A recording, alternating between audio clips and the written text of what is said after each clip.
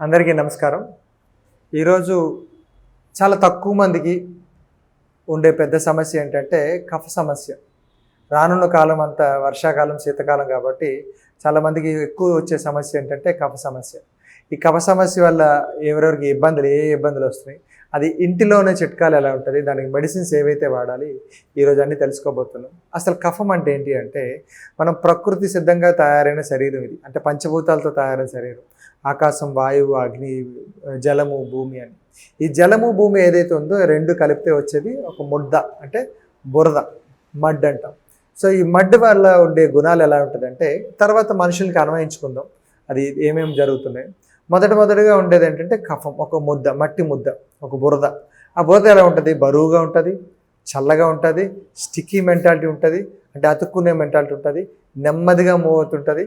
And moreover ఇక్కడ వేసింది అక్కడ మూవ్ అవ్వాలంటే చాలా టైం పడుతూ ఉంటుంది, అదే నెమ్మదిగా ఉంటుంటుంది.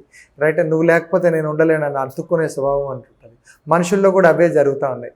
చాలా వరకు మనుషులు భారీగా ఉంటాడు, బరువుగా ఉంటాడు, కదలడు, ముక్కు కారుతూ ఉంటుంది, జిడ్డుగా ఉంటుంది.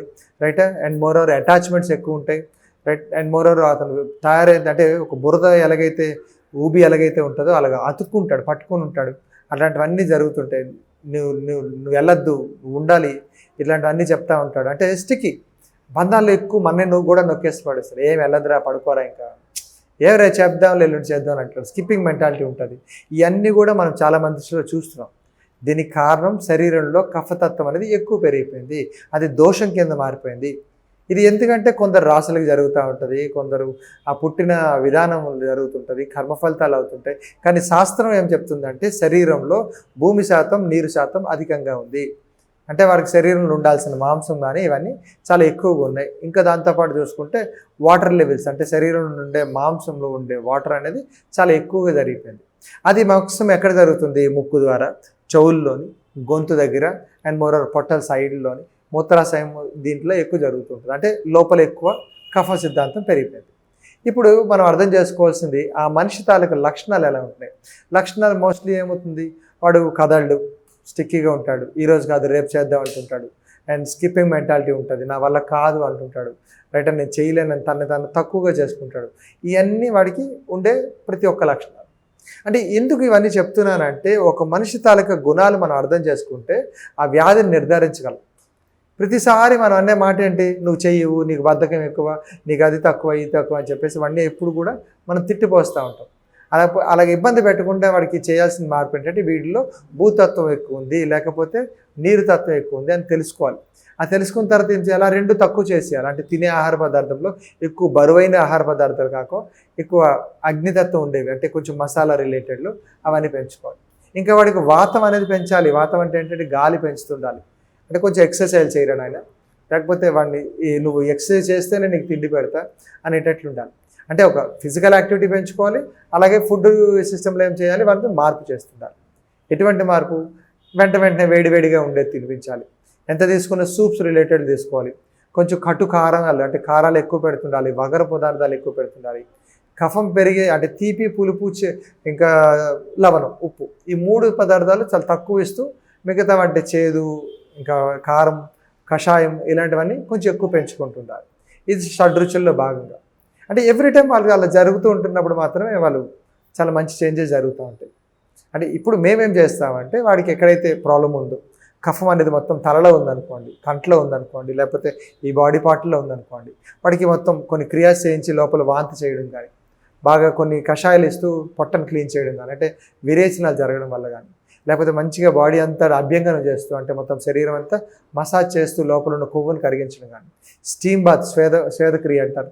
సో దాన్ని బట్టి మొత్తం లోపల ఉన్న చెమటని, అంటే కొవ్వుని కరిగించి తీయడం కానీ, కొంచెం యోగా ఆసనాలు చెప్పడం వల్ల కానీ, ఇవన్నీ ఏమవుతుంది? శరీరంలో ఉండే కొవ్వు మెల్లమెల్లగా కరుగుతూ ఉంటుంది.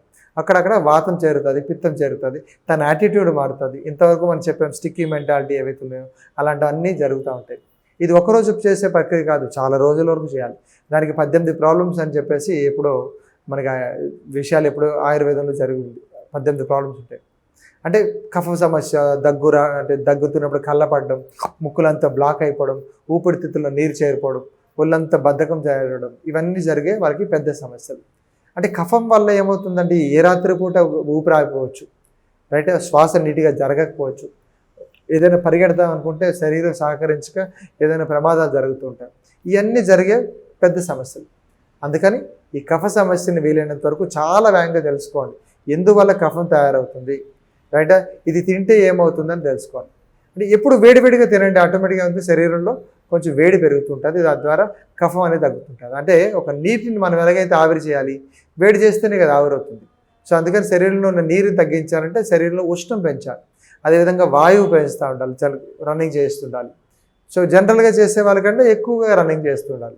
అప్పుడు ఏమవుతుంది, సూర్య నమస్కారాలు చేస్తున్నారు, మామూలుగా ఉన్నప్పుడు 10 చేస్తే ఇతనికి ఒక 20-30 చేయించాలి. రిక్వెస్ట్ చేస్తే కానీ భయపెట్టి కానీ ఏదో చేయాలి, లేకపోతే కఫ సమస్యలు తగ్గవు. ఎందుకంటే వాళ్ళు చాలా మొద్దుగా ఉంటారు, మొద్దుగా లాగుతుంటారు, బాగా ఏసీ పెట్టుకొని ఎక్కువసేపు ఉండడం, ఏసీ లేకపోతే ఉండలేకపోవడం, చెమటలు పట్ట వాళ్ళకి వీలైనంత వరకు. ఆ చెమటలు పట్టించాలంటే బాగా అభ్యంగనం చేయించాలి, మసాజ్ చేయించాలి, స్టీమ్ పట్టించాలి. ఇవన్నీ జరుగుతూ ఉంటున్నప్పుడు మాత్రమే వాళ్ళకి ఈ కఫ సమస్య అనేది మెల్లమెల్లగా తగ్గుతూ ఉంటుంది.